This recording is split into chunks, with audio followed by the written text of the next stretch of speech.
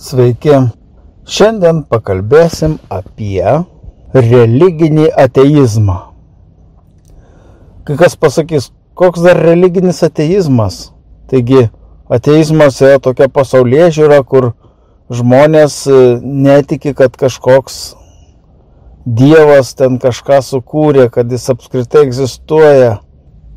Tokią nuomonę turi. Tai jeigu ta nuomonė yra pagrįsta realiais dalykais, tada galima tarti, kad tai yra nuomonė ir tai ateizmas. Bet tai jeigu pagrįsta tik tai kažkokiam hipotezėm, kažkieno svajonėm, tai yra tiesiog tikėjimas. Pateiksiu iškart keletą pavyzdžių. Pavyzdžiui, prieš kažkiek tai metų mokslininkai, tikri, normalūs, realūs mokslininkai, nekokie svajotojai, jie teigia, kad mažiausia dalelė, iš kurios susideda materija, yra atomas. Tačiau dabar mokslininkai, vėlgi tie patys normalūs mokslininkai, nesvaičiotojai, nekokie tai korumpuoti, nepapirkti. Normalūs mokslininkai atradę yra, kad mažiausia dalelė visai ne atomas. Kad atomas dar susideda iš visokių dalelių, elektronų, protonų, neutronų ir netgi dar kažkokių, dar smulkesnių. Tai dabar iškyla klausimas.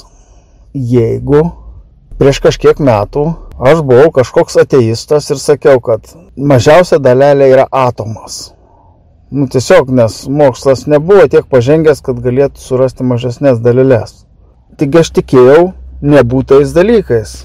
Ne tai, kas yra realu, o tai, ką rodė mano netobulas prietaisas. Reiškia, aš tikėjau, aš kažkom tikėjau, aš buvau tikintysis. O kuom aš buvau tikintysis?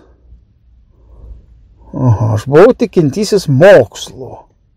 Tikintysis mokslu, nors tas mokslas klydo. Jie patys mokslininkai, kurie tada sakė taip, dabar sako kitaip, o po to pasirodys, kad sako trečiaip. Tai aš tiesiog tikintysis, aš negaliu patikrinti, aš netgi negaliu patikrinti, ar tikrai iš atomų susideda. Aš nieko negaliu patikrinti, aš galiu arba tikėti, arba ne. Taip pat ir su Dievu yra, aš negaliu patikrinti, yra Dievas, nėra Dievo, aš galiu tik tikėti arba ne. Tai tikėjimas, kad Dievo nėra, tai yra tiesiog eilinis tikėjimas, eilinė religija. Jeigu trumpai apibūdinus religiją, kuri tiki Dievu, tai jinai sako, aš tikiu, nors nematau, o religinis ateizmas sako, aš tikiu, nes nematau. Ta prasme, aš tikiu, kad mažiausia dalelė yra atomas, nes aš nematau, kad būtų mažesnių dalelių. O vėliau pasirodo, kad mažesnės dalelės yra. Vienas žodžiu, toks matymo tikintysis. Taip pat kitas reiškia pavyzdys yra su ultragarsu. Ultragarsas buvo atrastas 1800 ten kažkelintais metais, neatsimenu. Nei iki tol, nei dabar žmonės nei girdi ultragarsą, nei jo jaučia. Dievo nėra, nes jo niekas nematė ir negirdėjo. O ultragarso irgi nėra, nes jo niekas nematė ir negirdėjo. Bet dabar mokslininkai turi prietaisų, su kuriais jie nustato ultragarsą. Ir ultragarsas moksliškai egzistuoja. Dabar apie ultragarso egzistavimą kalba mokslinis ateizmas. Bet juk prieš tai ateizmas sakė, kad ultragarso nėra, nes niekas nematė, negirdėjo, mokslininkai nustatyti negalėjo. Tai tiesiog mokslinis tikėjimas, kaip aš sakau, religinis ateizmas. Tu tiki savo pojūčiais. Ultragarso negirdi, nejauti, reiškia, jo nėra. Labai paprasta. Pavyzdžiui, amerikiečiai laisvi žmonės. Pas juos yra bažnyčios, ateizmo bažnyčios, kur žmonės gali aptarti ateizmo problemas, nes jos akivaizdžios. Kuom tikėti, ar kad atomas mažiausia dalelė, ar kad koks elektronas mažiausia dalelė. Nes mokslas ir taip teigia. O pabaigai pateiksiu jau tokį kuriozą, reiškia. apie 1800 metus maždaug, gal keliais metais anksčiau, prancūzų mokslininkai nusprendė, kad reikia kovoti su neteisingomis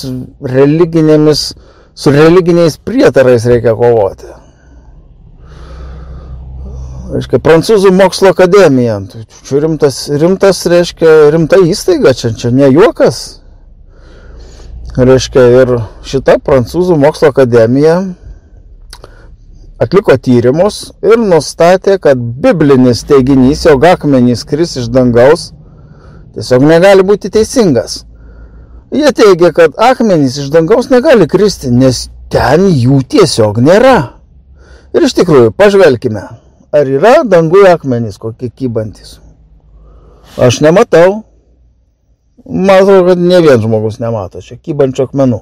O tai jeigu jie nekybo ten, tai kaip jie gali iš ten kristi?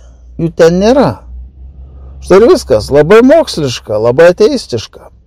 Nu ir ką padarysi, reiškia, muziejai visokie pradėjo slėpti meteoritus kažkur Rusiuose, nes, nemoksliška meteoritai, Nežinau, kada meteoritai vėl legalumą įgavo, kelintais metais. Va jums kuriozas. Nes dabar mokslininkai žino, kad akmenys yra jie kosmose ir jeigu jie skrenda pro Žemę, per Žemės orbitą, jie patenka į atmosferą, gaunasi meteorai ir jeigu nesudega atmosferą, nukrenta ant Žemės ir gaunasi akmuo nukritęs iš dangaus. Ir čia teigia vėlgi normalūs mokslininkai. Nepapirkti, nekorumpuoti. Bet Prancūzų mokslo akademija prieš kelius šimtus metų teigia priešingai. Tai dabar kuo man tikėti? Ar tais mokslininkais, kur dabar teigia, ar tais, kurie 1800 metais sako, kad meteoritai neegzistuoja? Aišku, koks nors adeptas mokslinio ateizmo pasakys, mokslas tobulėja, naujos žinios. Naujos žinios, tai labai gerai, naujos žinios, čia sveikintama, čia visi mes džiaugiamės naujomis žiniomis. Bet tikėjimas senomis neteisingomis žiniomis, tai yra nemokslinis dalykas, tai yra tikėjimo reikalas.